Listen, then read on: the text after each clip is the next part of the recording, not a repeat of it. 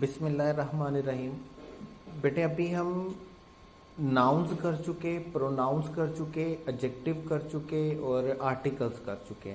उसके बाद हम अपना fifth parts of speech start कर रहे हैं, डैट इज वर्ब्स। और मैंने आपको पहले भी बताया था कि ये जिस अरेंजमेंट से हम चल रहे हैं ये तो पार्ट्स ऑफ स्पीच के अरेंजमेंट है। मतलब नंबर 1 पे जो पार्ट ऑफ स्पीच है वो नाउन है, नंबर 2 पे प्रोनाउन है, नंबर 3 पे एडजेक्टिव है, उसके बाद सो ऑन, ये आगे चलता है।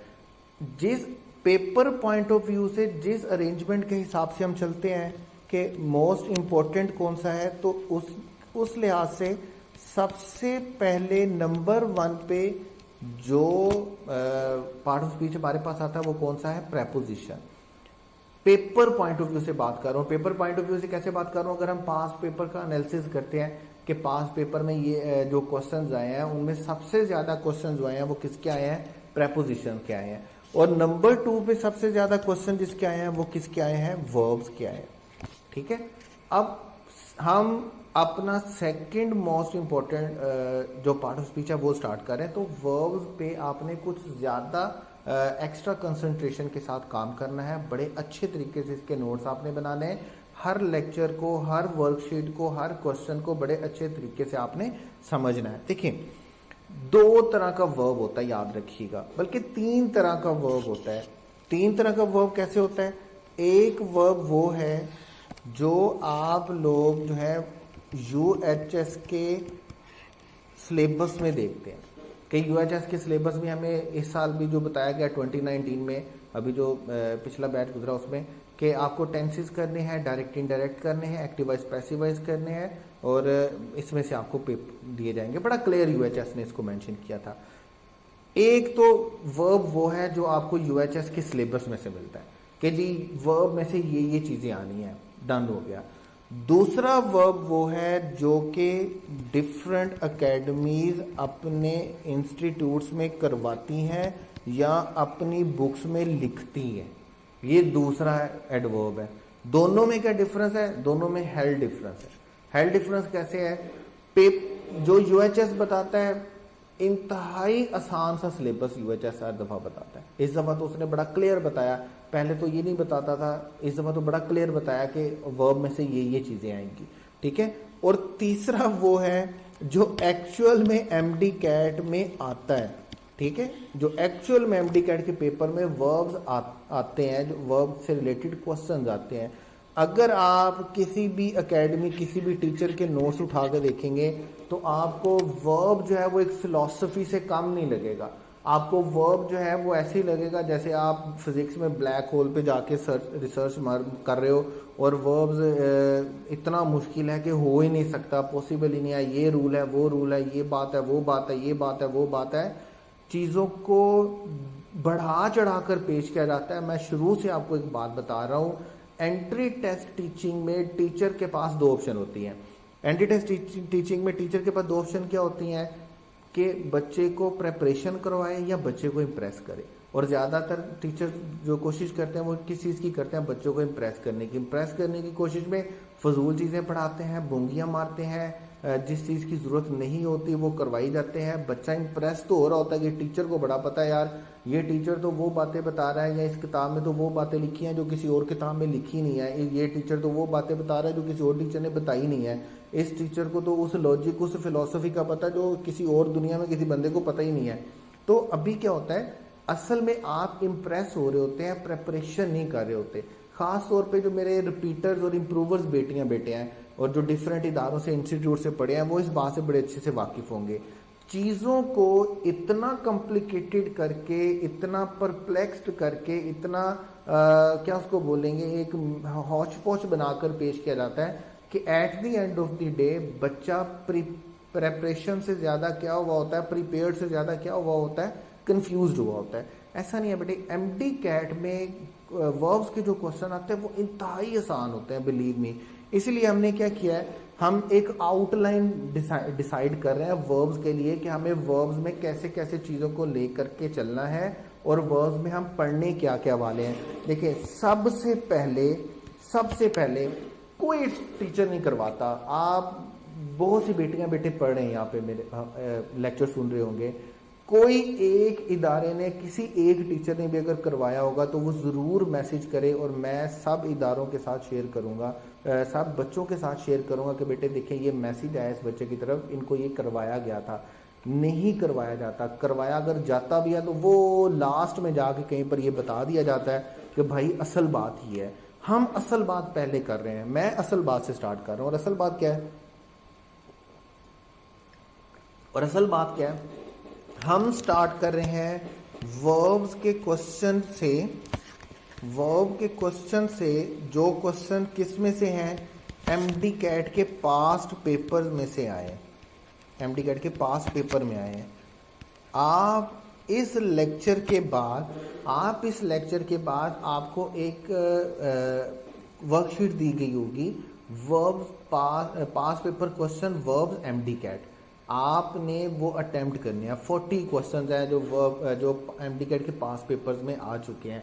आप उसको अटेम्प्ट करेंगे और बिलीव मी, मुझे यकीन है कि बगैर कुछ पढ़े आप में से बहुत सारे स्टूडेंट्स होंगे जो उन 40 क्वेश्चंस में से 38, 37, 39 क्वेश्चन को क्या करेंगे?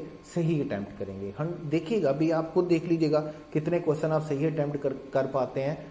ये 40 क्वेश्चन जो है ये पास्ट पेपर्स के क्वेश्चन है जो एमडी कैट में आ चुके हैं। ये हम इसलिए कर रहे हैं, मैं आपको इसलिए करवा रहा हूँ बिल्कुल स्टार्ट में, बगैर कोई लेक्चर लिए, बगैर कोई प्रिपरेशन करवाए, इसलिए करवा रहा हूँ ताकि आपको एक्चुअल में एक पिक्चर बन जाए, आपको एक्चुअल में एक बात समझ में आ जाए कि वर्ब के क्वेश्चन पेपर में आते किस तरह है।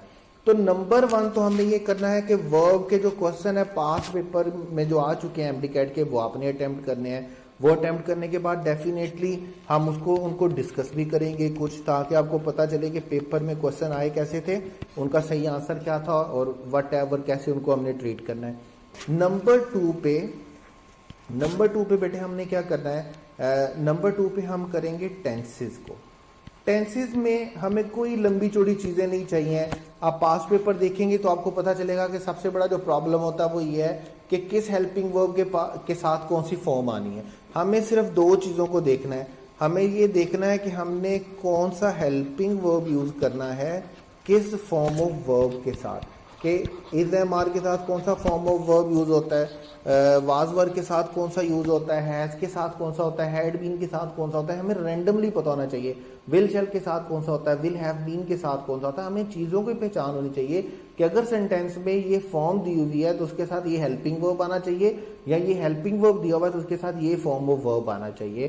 टेंसेस को हम इसलिए करेंगे। उसके बाद नंबर 3 पर हम करेंगे कंडीशनल सेंटेंसेस को।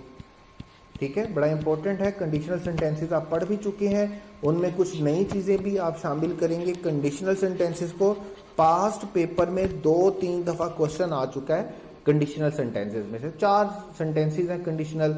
हम चारों सेंटेंस पढ़ेंगे, चारों सेंटेंस को अच्छे से समझेंगे, चारों की प्रैक्टिस करेंगे। पेपर में क्वेश्चन आ गया इंशाल्लाह ताला तो हमारा 100% ठीक होगा इंशाल्लाह। उसके बाद हमारे पास 2-3 स्ट्रक्चर होते हैं जो विश वाले स्ट्रक्चर होते हैं, विश वर्ड के साथ। ठीक है, विश के 3 स्ट्रक्चर होते हैं, उनको हम देखेंगे नंबर 4 पे। उसके बाद नंबर 5 पे बेटे हम देखेंगे मॉडल एक्सिलरी को। मॉडल एक्सिलरी हमारे पास कौन से वर्ड्स होते हैं?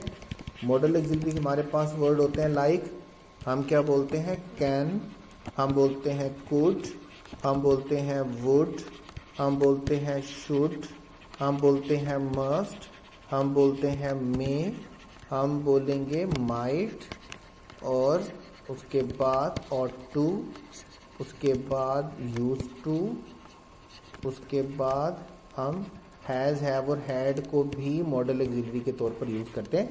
ये जब हम पढ़ेंगे तब इसको हम क्लियर करेंगे।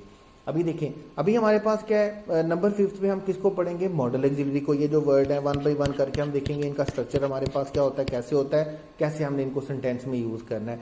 नंबर 6 में हमें देखना है बेयर इन्फिनेटिव को।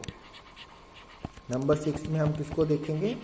बेयर इन्फिनेटिव को, कि बेयर इन्फिनेटिव कौन कौन से हैं और किन किन वर्ब्स के साथ हम बेयर इन्फिनेटिव किस फॉर्म में किस तरह यूज़ करते हैं। उसके बाद नंबर 7 में हम देखेंगे जेरेंट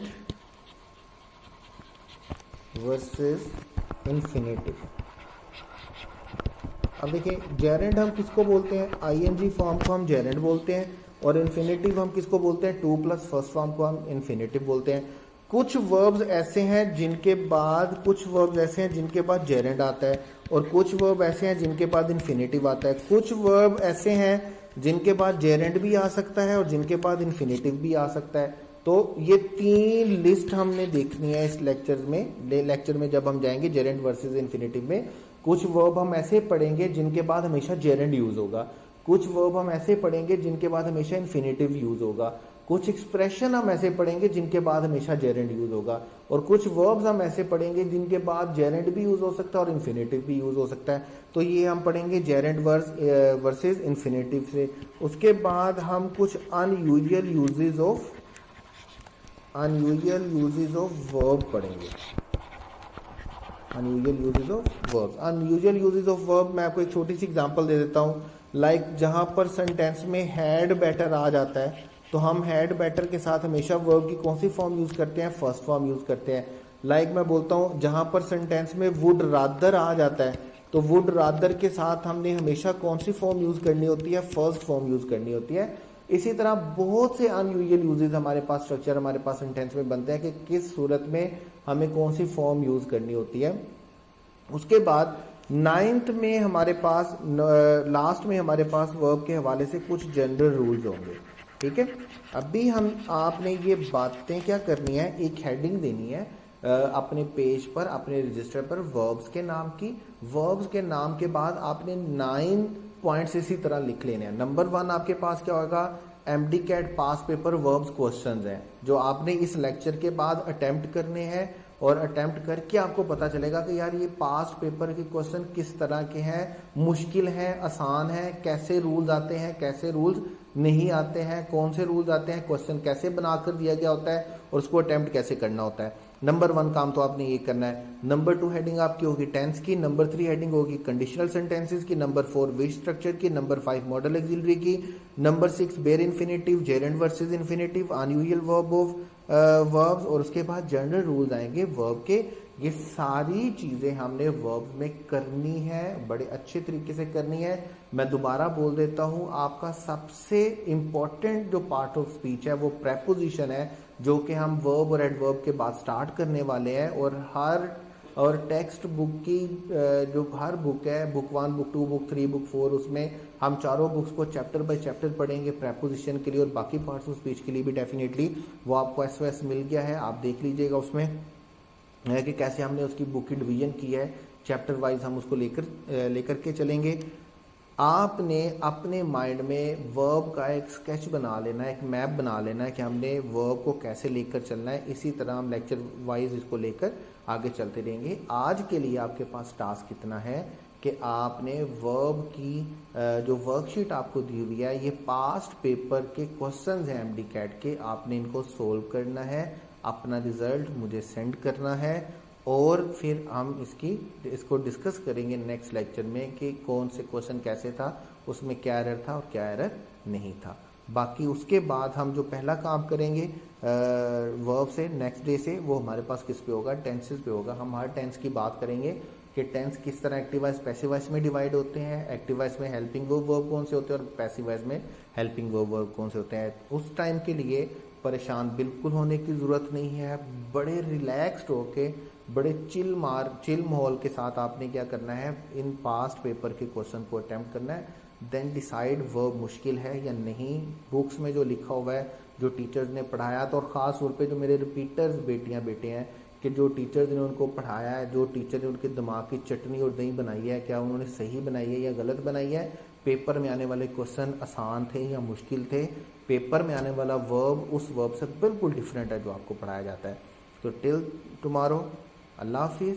वर्ब की वर्कशीट को अच्छे से अटेम्प्ट करना है, रिजल्ट मुझे ज़रूर सेंड करना है। बाकी फिर इसको इंशाल्लाह नेक्स्ट लेक्चर से हम स्टार्ट करेंगे टेंसेस से।